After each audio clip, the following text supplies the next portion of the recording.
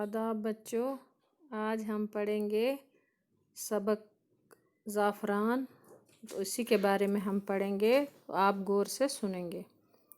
زعفران مشہور شاعر کالی داس نے اپنی کتابوں میں زعفران کے کھیتوں کے حسن کی جا بجا تعریف کی ہے۔ کالی داس جو کہ ایک شاعر تھے۔ سنسکرت کا کوئی طالب علم کالی داس کو فراموش نہیں کر سکتا۔ زعفران کے حسن نے شاعروں، ادیبوں اور مفکروں کو اپنی طرف متوجہ کیا ہے۔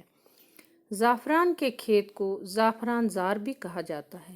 اس کے معنی لغت میں یہ ہیں کہ وہ جگہ جہاں پہنچ کر انسان، وہ مقام جہاں دور تک زرد پھول یا زرد فصل کھڑی ہو۔ دوسرے معنی یہ بھی لکھے ہیں کہ وہ جگہ جہاں پہنچ کر انسان کو بہت ہنسی آئے۔ مشہور ہے کہ زعفران کے کھیت میں پہنچ کر انسان کو خود بخود ہنسی آنے لگتی ہے۔ کشمیر میں زعفران زار کو ہنسی مذاق کی محفل کے لیے بھی استعمال کرتے ہیں۔ کہتے ہیں کہ اس کی خوبصورتی کو دیکھ کر غیر ملکی فوجیوں نے اس کے حسن کے آگے سر جھکا دیا تھا۔ وہ اس کی خوبصورتی میں کھو گئے تھے۔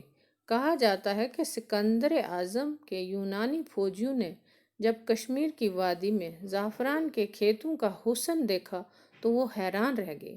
وہ خوبصورت پھولوں میں اپنے فوجی فرائض بھول بیٹھے اور زعفران کے پھولوں کے خوبصورت رنگوں میں فطرت کی انگڑائی لینے لگے۔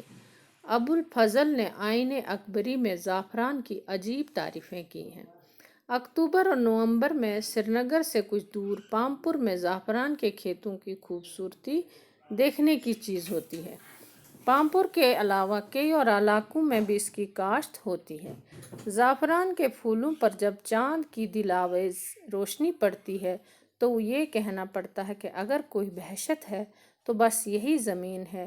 اس کی پتیوں پر نیا رنگ اور نئی کیفیت پیدا ہوتی ہے۔ زعفران کو بادشاہوں کا پھول سمجھا جاتا ہے۔ یہ دوسری بات ہے کہ اس کی تخلیق میں محنت کش طبقے کا لہو شامل ہوتا ہے۔ یونانیوں کے یہاں زعفران کے رنگ کو شاہی رنگ سمجھا جاتا ہے۔ ہندوؤں کے یہاں بھی زعفران کے تلک کو مقدس سمجھا جاتا ہے۔ زعفران قدیم میں زعفران کا تصور وادی کشمیر سے الگ نہیں کیا جاتا ہے۔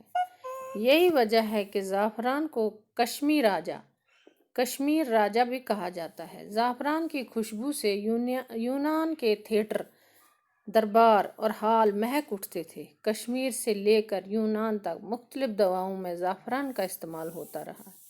ان دنوں کشمیر اور اسپین کے لوگ اپنے کھانوں میں زعفران استعمال کرتے تھے۔ انگلینڈ میں بھی 18ویں صدی میں اس کی کاشت شروع ہوئی۔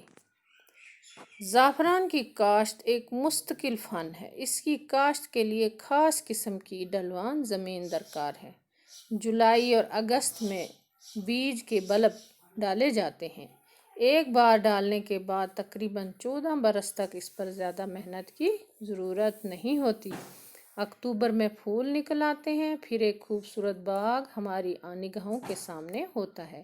دھوپ میں زعفران کے پھول چن کر سکھائے جاتے ہیں اور پھر مختلف قسم کے زعفران تیار ہوتے ہیں۔ شاہی زعفران، مونگر اور لچھا وغیرہ اس کی قسمیں ہیں۔ ہندوستان میں ہر قسم کے زعفران کی مانگ ہے۔ بڑھتی ہوئی اس مانگ کی وجہ سے کشمیری زعفران کی تجارت بڑھتی جا رہی ہے۔